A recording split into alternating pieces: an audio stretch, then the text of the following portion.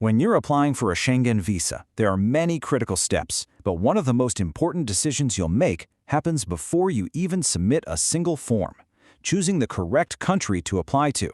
In this explainer, we're going to detail the official rules that govern this decision, because getting this wrong is, in fact, a primary reason for refusal. Now, before we proceed, it is very important that we cover this disclaimer. This content is for educational purposes only and does not provide legal or immigration advice. You must always verify these details with official embassy or consulate sources. The information we're presenting here is accurate as of 2026. So let's get right to it. What is the #1 reason that Schengen visa applications are refused? Well, the answer is often surprising, and it's something many applicants overlook. A lot of people assume it must be missing documents. And look, while an incomplete application will definitely cause problems, it's not the most common reason for an outright refusal. The most frequent critical mistake is something else entirely. The #1 reason for refusal is applying to the incorrect country. Think about that for a second. It's a fundamental error of jurisdiction. It means your application can be rejected before an officer even looks at your detailed travel plans or your financial statements. Okay, so here's our roadmap for this explainer. First, we'll dig into why this is the top refusal reason. Then, we'll explain the core concept of the main destination. We'll also cover the specific rule for when your travel time is equal in multiple countries. Next, we'll talk about the visa shopping red flag, what it is and why it's so serious. We'll also look at the future consequences of getting this wrong. And finally, we will wrap it all up with a clear summary of the correct selection logic. All right, let's start with the root of the problem. This common mistake often starts with widespread and, unfortunately, very incorrect advice. You've probably heard this one before. Just apply to the easiest country. This is, frankly, some of the most dangerous advice you can receive, because it's based on a complete misunderstanding of the official rules. And in that same vein, you might hear people say, apply where the approval rates are high. Again, this is a flawed strategy, and it is a direct path to getting your application refused. So let's be absolutely clear. Both of these approaches are incorrect. According to the official Schengen Visa Code, you don't get to choose which country you apply to based on preference. Your planned itinerary dictates the country, and there are very specific, non-negotiable rules you have to follow. And this brings us to the central concept that governs this entire process. It's called the main destination rule. According to the official guidelines, your main destination is defined in one of two ways. The first, and most common way, is simply the country where you will spend the most amount of time. The second way applies if time isn't the main factor. In that case, it's the country that is the primary purpose of your trip. For example, let's say you're attending a 3-day business conference in Germany, but you're also spending 2 days sightseeing in France and 2 days in Belgium. Germany is your main destination because the conference is the primary purpose of your trip. Okay, let's look at a very clear example that's based on the duration of stay. Imagine this is your itinerary. 5 days in Italy for tourism, then 3 days in France, also for tourism, and finally 2 days just transiting through Switzerland. In this scenario, the conclusion is straightforward and absolute.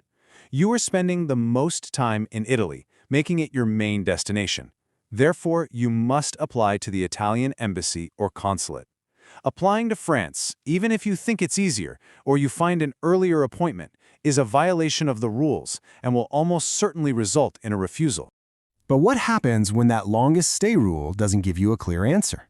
Let's discuss the scenario where your travel time is split equally between several countries. The official logic is a simple 2-step process. First, you always ask, am I spending the most nights in one single country? If the answer is yes, then you have your answer. That's your main destination. But if the answer is no because your stay is equally divided, you then proceed to the second rule. You must apply to the country of your first entry into the Schengen area. Here's a perfect example of how that works. Let's say your trip is 3 days in Spain, followed by 3 days in Germany, and then 3 days in the Netherlands. Since the duration is equal across all three, the deciding factor becomes where you first enter the Schengen area. If your flight from your home country lands in Spain first, then you must apply for your visa from Spain.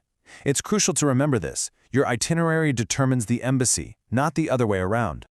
Now, when an applicant deliberately applies to the wrong country, this has an official name. It's called visa shopping, and consular authorities view it as a very serious error. So, what exactly is visa shopping? According to the official guidelines, it is the practice of applying to a member state simply because of a perception that it's easier to get a visa from, even when the applicant's real main destination is a different country. You have to try and see this from the perspective of the consular officer reviewing your file. When they see an application where the itinerary doesn't logically match the country of application, it is an immediate major red flag. It instantly undermines your credibility. It suggests you're not being truthful about your intentions and are attempting to circumvent the rules. This by itself is sufficient grounds for refusal. And the consequences of visa shopping don't just end with a single refusal. This kind of mistake can negatively impact your ability to travel to the Schengen area for years to come. Let's explore how this long-term damage happens. Imagine you successfully got a visa from Spain by claiming you'd be there for 7 days. But then, once you travel, your passport stamps and entry records show you only stayed in Spain for 1 day before spending the next 10 days in Germany. You might feel like you've gotten away with it in the short term, but you haven't. Here's the critical part. Every time you enter and exit a Schengen country, your movements are logged into a large shared information system. The next time you apply for a visa to any Schengen country, the officer processing your application can and will review your past travel history. If they see a clear discrepancy between your previously stated itinerary and your actual travel, your credibility is gone. This history of non-compliance is a very strong reason to refuse your future applications. All right, so to bring everything together, let's review the correct official logic for selecting the right country one final time. The process is logical and sequential.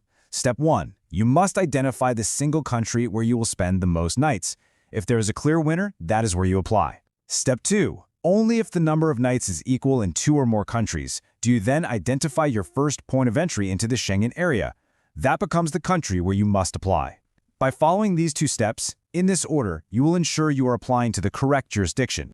And just to be perfectly clear about what to avoid, you should never select a country based on rumors about high approval rates, advice from unofficial travel agents, the convenience of getting an appointment, or any perception of a country being easy.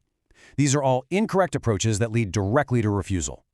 Ultimately, a successful application is built on a foundation of credibility and adherence to the rules.